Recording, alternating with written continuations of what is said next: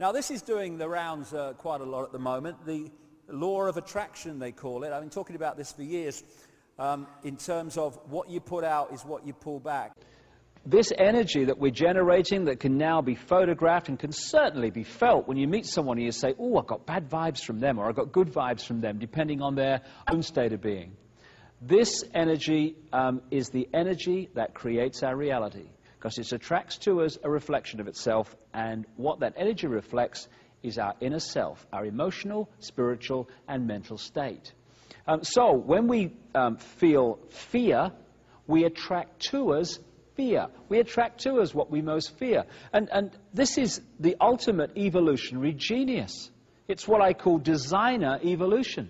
Because of this system of what we put out is what we get back, we constantly see a reflection of our inner self in our everyday life. Therefore, we can see our inner self in a physical way and learn from the experience and move on. Also, fear is the greatest block on evolution. Whatever area that we fear, that our fear relates to, is a no-go area for our evolution. Because people don't normally say, well, I fear that, I'm going to face it. They go, oh, no, thank you very much, change the subject, not going in there. So this process of drawing to us what we put out means that we have to face what we're putting out, so we can face it and evolve. So when we fear something, we draw what we fear to us eventually. When we put out anger, we draw to us anger. When I was having my angry period, in the 1970s particularly, my life was a series of angry confrontations. I was working in the media and the BBC and all that stuff, and wherever I went, I was attracting angry people all the time. Even if I was in an apparently consciously calm state, my subconscious anger is still going out there and it's still pulling in angry people. Someone comes into a bar in that period and they'd had a bad day, they found me every time. And then I realized, and I started to ask a few questions, what's the common denominator of all these angry confrontations? Oh yes, it's you. So what goes on? What's causing them? Why? Started to realize, because I was angry, I was attracting anger. There was a lovely song that I came across by an American group which said, if you hold anger, guess what comes to you? A lot of very angry people do. And I certainly know that to be true. And when I've observed my own life and the lives of others, it's very obvious that what they're putting out in their state of being is creating their physical life. And there's nothing more debilitating, more controlling and limiting than the victim mentality. We're encouraged by this manipulation throughout our lives to see ourselves as victims, to blame someone else. Oh, I'm a victim, I'm in this situation because of A, B, C, D, and on it goes. And when we're in that state, we're going to stay in that state, because when you think you're a victim, the victim vibe goes out, the victim circumstance goes in.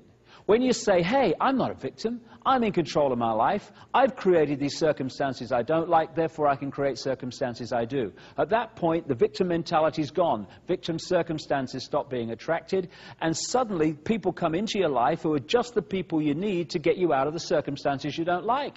And if you don't realize what's happening, and most of us don't at the time, we say, oh my God, mate, I was so lucky. This fella came into my life at just the right time, this person, I couldn't believe it. Amazing luck. No. You pulled them in because your state of being had changed and you synced with what you needed to get out of that situation. We are so in control of our destiny, it's unbelievable. And yet billions are persuaded they're not, and therefore they create a very different reality. So if we're in fear, we can attract a reflection of fear. But when we emit love, we create a very different energy. Therefore, we create a very different reality. It's just a choice.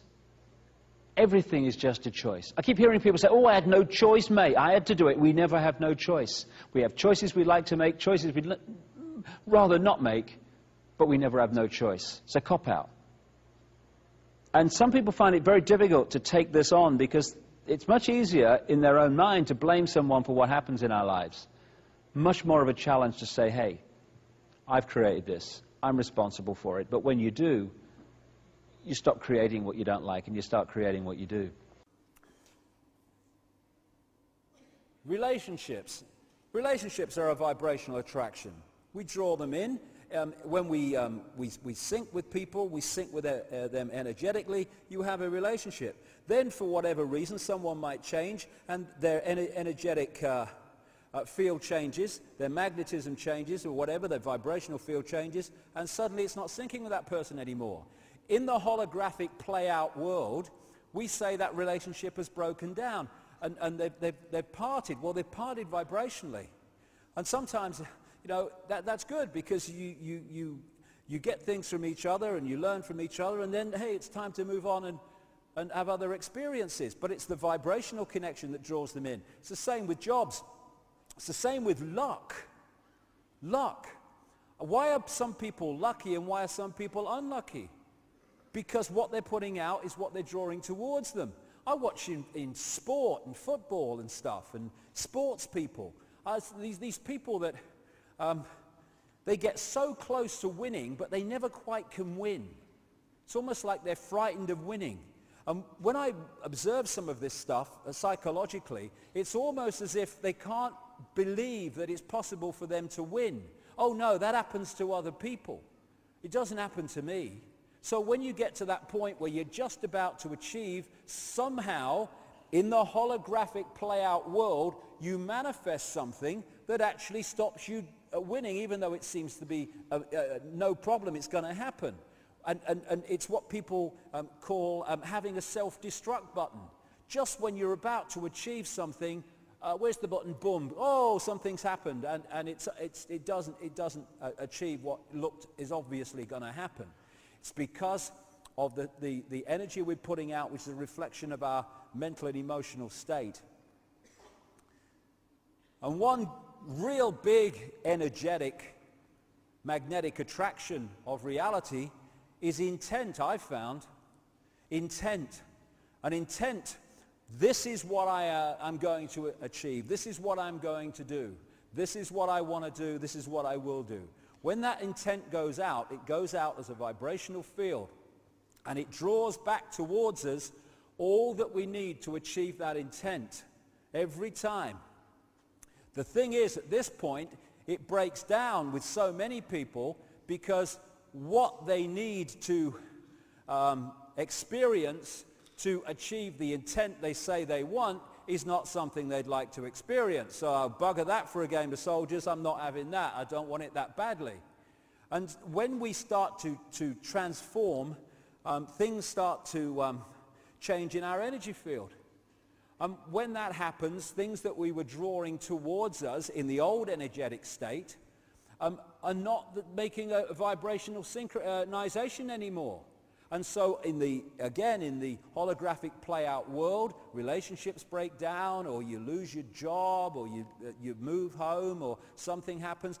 Your life changes in the play-out world of the projected holographic reality because what's projecting it has changed. And so when we put out an intent, this is what I want to do. I want to expand my mind. I want to open my mind. I want to connect the true magnitude of who I am. There are things that come towards you that you don't often like very much, but it's necessary to break down those structures within us so that that intent can be fulfilled. There's this DVD that's been going around for a little while now called The Secret, which is based on the law of attraction. And, you know, I think the principle, there's a lot to be said for it, but I do think it can be very simplistic sometimes, this stuff about law of attraction. The idea that if you keep visualizing a Ferrari, that somehow you're going to have a Ferrari, and, you know, and you put Ferraris all around your house. You know, I'm visualizing I'm going to get a Ferrari. Well, the thing is, maybe you will get a Ferrari. Good luck to you. Don't see myself anything in them, but that's just me. But if your journey, what you've come to experience and what you've come to do, does not sync with having a Ferrari, then you can wallpaper your bloody house with Ferraris. It ain't going to happen. It ain't as simple as visualize a Ferrari, law of attraction, brum, brum, brum, here I go. It's the totality of the energy field that we create that draws in our attracted reality. One part of that is the range of energies or vibrations and frequencies that we are accessing.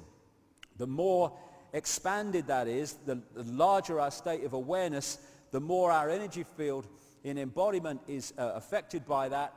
That affects what goes out, it affects what comes in. What our energy field contains from all these different influences together makes the magnetic connection which we draw into us.